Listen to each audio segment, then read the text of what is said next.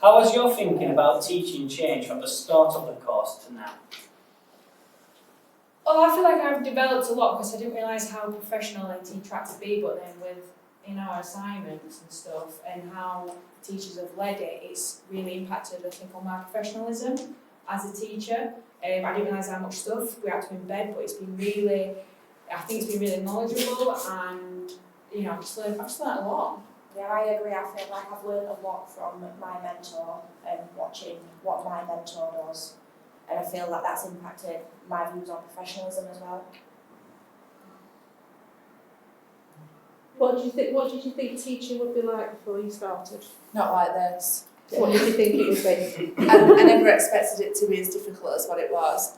And if I think I'd have looked at it in a completely different perspective if I'd have known, if I know now what I know then.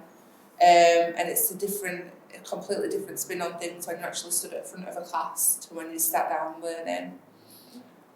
I've learned it's more background than actually delivering itself. So for me, I was in over the summer planning lessons up from June right up till September. I spend more time planning lessons than doing the lessons itself.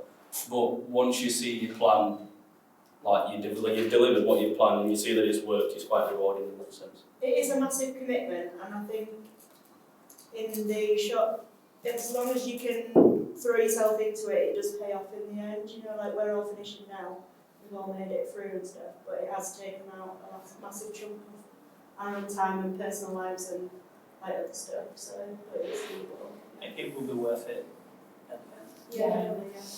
And it's been nice to see how rewarding it is, and then you getting the reports with students and stuff, and it's just rewarding. I think it's been nice to watch each other as well. Yeah. Watch each other develop, because we've come on it like a journey together, and seeing where everyone else is compared to where we were at the start. What have you enjoyed the most about your teacher training programme? I've enjoyed working with all you guys, especially on a Thursday and Friday.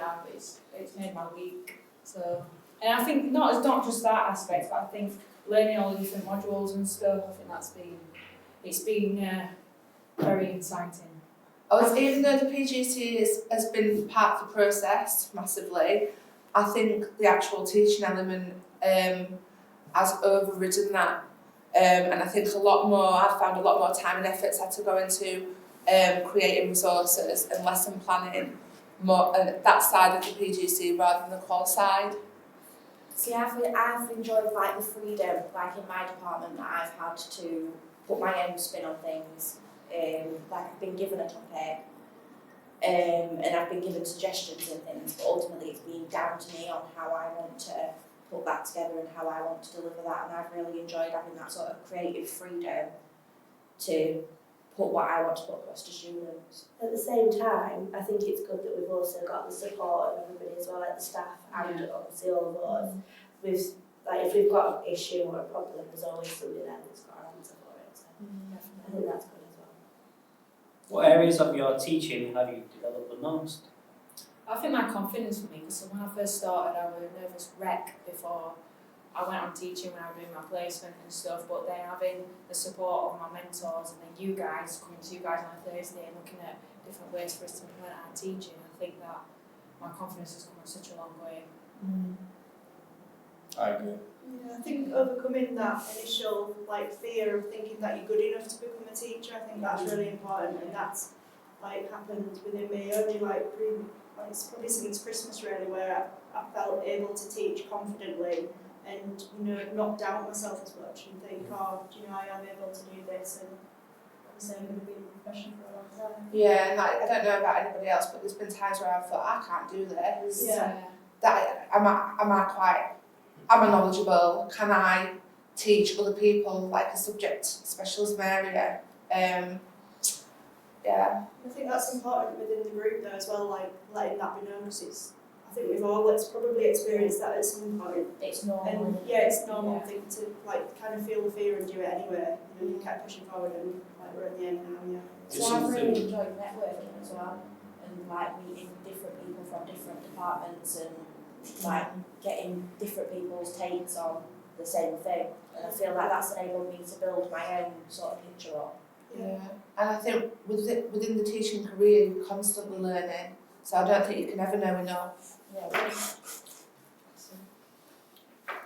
What use of advice have you been given by a mentor or a colleague? Keep going. going. Yeah. That was it. They say even if you have setbacks or if you have what you think is a bad day, or even if it's a bad day, you've still taken stuff away for you to to work on and progress on. Like no two lessons are the same. You may deliver the same thing to a different group, and one may go great, one may go disastrous, but it's usually there's some positive, like I say, in every lesson that you do, and you're always developing. My mentor said to me to make your room your own, so like get the things that you need and like make it like personalised to you, and always like have a drawer prepared of like essentials.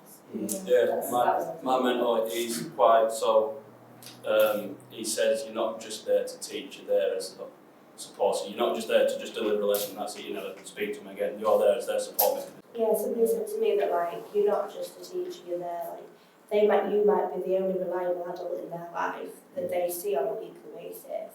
So they look up to you. So you've got to be the role model that they need. Yeah. I think you've got to not be so hard on yourself, especially as a student teacher as well, because you're taking on a new profession as well as being a student, so you're studying, and then whatever you've got going on outside of it, I think you've got to have a balance and kind of let it even it out, so if you are having a bad day, just go with it, and utilise those around you really. Yeah, I think whatever happens like on the way, it's all like a big learning curve, and you're still like we're all still at that end goal now, but we've all had completely different experiences. I think really this is where it all begins for us. I know we've gone through this academic year, but I think now finding our own professional role as being a paid teacher, I think that's where it'll start for us all. It's a bit like learning to drive, isn't it? Once you learn to drive, I mean, as soon as A few bumps and crashes along the way. as soon as you pass, that's when you start learning. Yeah. properly, Don't you think that observations have helped as well to identify strengths and areas for development, and its reflection has been key throughout the year? Yeah. I think when you've had a good session as well, it gives you that little boost when you read through your feedback. And especially like your feedback from your students as well. Does anybody, when you've been observed, has anybody kind of predicted where they went wrong? Like, did you feel like You self-reflect, Yeah, so like as the observation was going along, you already knew what was going to be said. Yeah. I feel like I got better as like towards the end, like last couple of motivations, you'll know as soon as you finish the session, that could be a little bit better. It just clicks, doesn't Yeah, it? you already know what you want to do differently next time. I think it changes you as a person as well, these course. I think it makes you a bit more resilient. Yeah. You don't take things, criticism or developmental points too personally, kind of think, oh well there's a reason they've said that, and you kind of run with it. I think it makes you a bit more resilient to what's happening to you. It sounds daft, but I feel like it's made me more aware. So like what goes into an institution and stuff, like the policy aspects and stuff, just made me aware of it all different. What advice would you give anyone thinking about teaching? Just do it. Do it. Go for it. It's hard, but Yeah. it's worth it and it's rewarding. Got to be 100% committed though. You've got to do it. Yeah. It's something you really want to do. You need to It takes expect up a lot of a your lot. time. I think you need to, like, one thing I learned as well, because I was kind of doubting myself in the beginning, and I think when you actually do it, that'll actually dictate whether you can be a teacher or not. So I feel like any advice is, like you guys said, just do it. Like, if you do it and you still don't like it, then at least you said you tried. Yeah. You don't know if you don't try. Because like, I think my thing was before I even started teaching, I was like, I don't know if I could do this. And I was thinking about quitting. But when I actually went out there and done it, the more and more I did it, it just became like second nature. Well, it's like they tell you in the beginning, you will have that imposter syndrome where it creeps in and you have that person saying you can't do this, you're not capable, you doubt yourself a lot of stuff. But even though it's there now, for me, it's not as strong, and when it is there, I use it as more of a strength to push me on to kind of do well, so it's a good thing really. So you must do it.